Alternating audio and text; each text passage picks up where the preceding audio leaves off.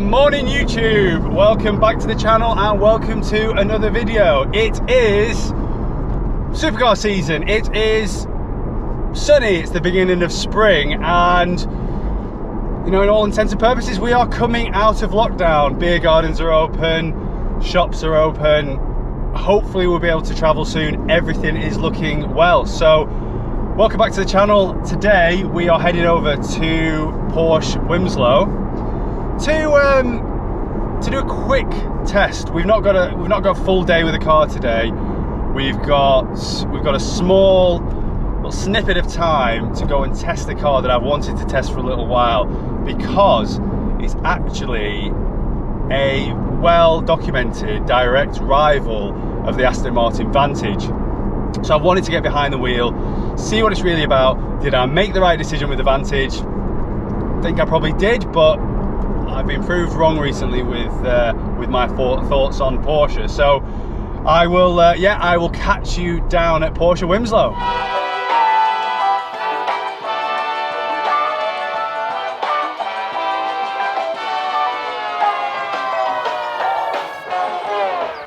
So here we are. Today's car is the 911 992 C4, so the Carrera 4.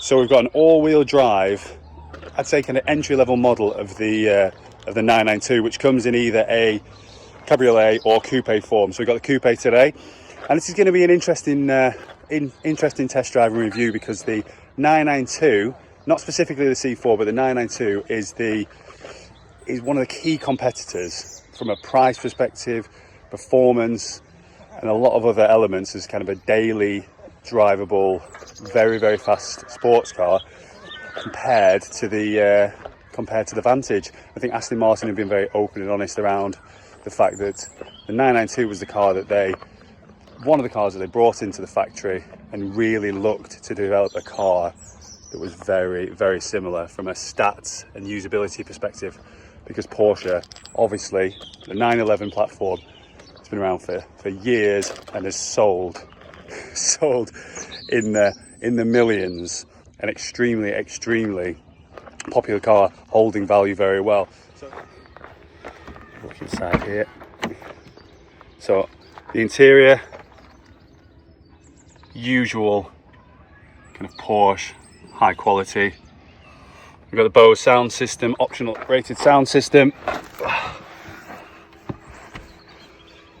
You know, ultimately just a very nice place to be. I was a bit unsure around the interior of the 992 when it was first launched, but you know what, it kind of retro meets contemporary. It works, it really works.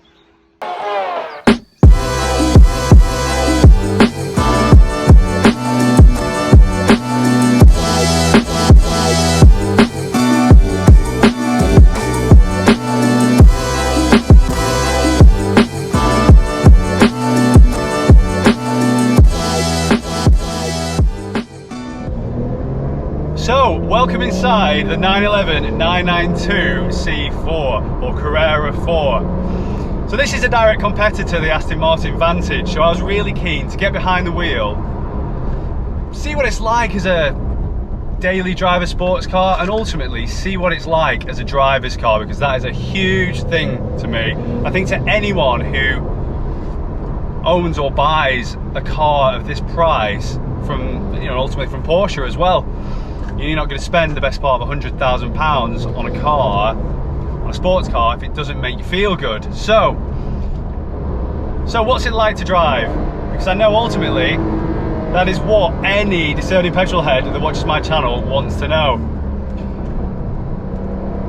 So the Carrera 4 is substantially down on power to the S version. We're running about 380 horsepower.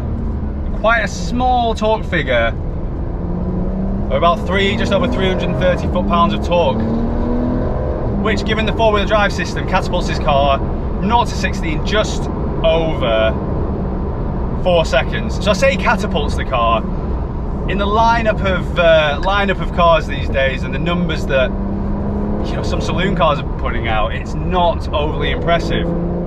I know that this was the benchmark for Aston Martin. They took the 992 into their factory and just looked at everything from usability, drivability, driving dynamics, everything, to make sure that they were putting a competitive product to the market. But if I'm brutally honest from behind the wheel, I think this car feels night and day to the Vantage, and that's not a huge plus. Not a huge plus for this this Porsche product. Now I know that the S is up on power, but I'm just not getting it from this car. It's,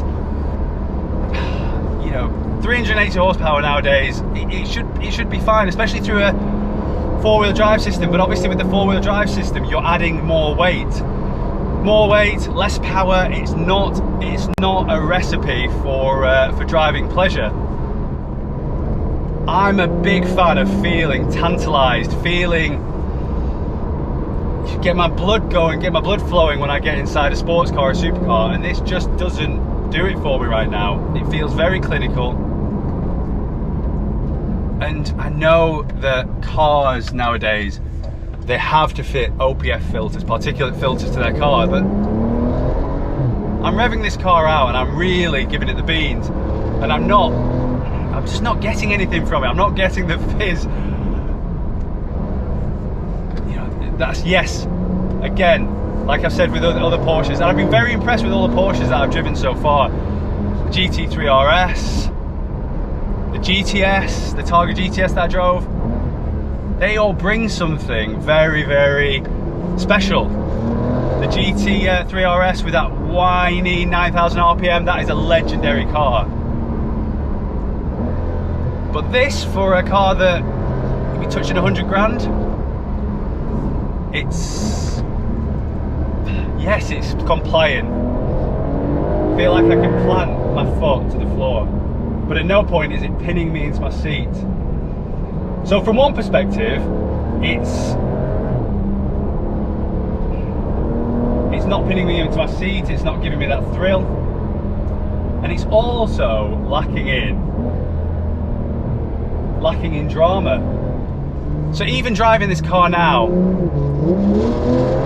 in Sport Plus, I'm in Sport Plus, I'm running through that, yes, incredible PDK gearbox, but it's just not giving me the fizz, the excitement that I get from the Vantage. The Vantage is this burbly, aggressive V8, pushing out over 500 brake horsepower and 500 foot-pounds of torque. And this is just, it doesn't matter if I plant my foot, yes, it's very compliant, but it's just not doing it for me. I think if you're spending this kind of money on a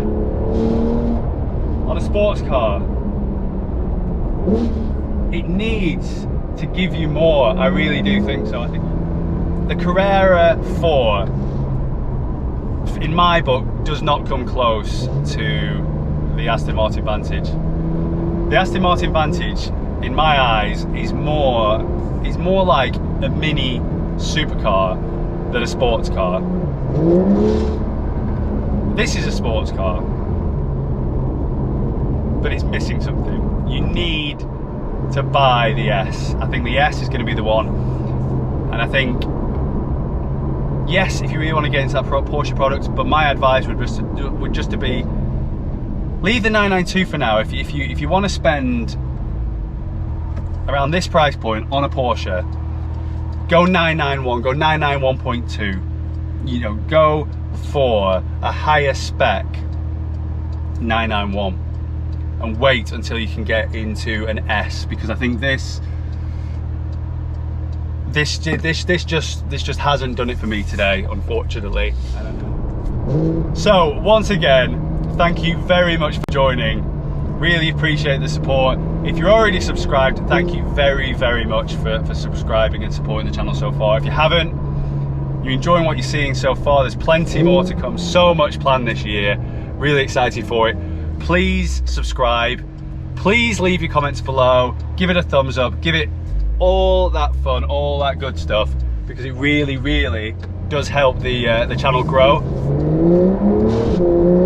Still not doing it. It really does help the channel grow. So thank you very much for joining, and I will catch you on the next one.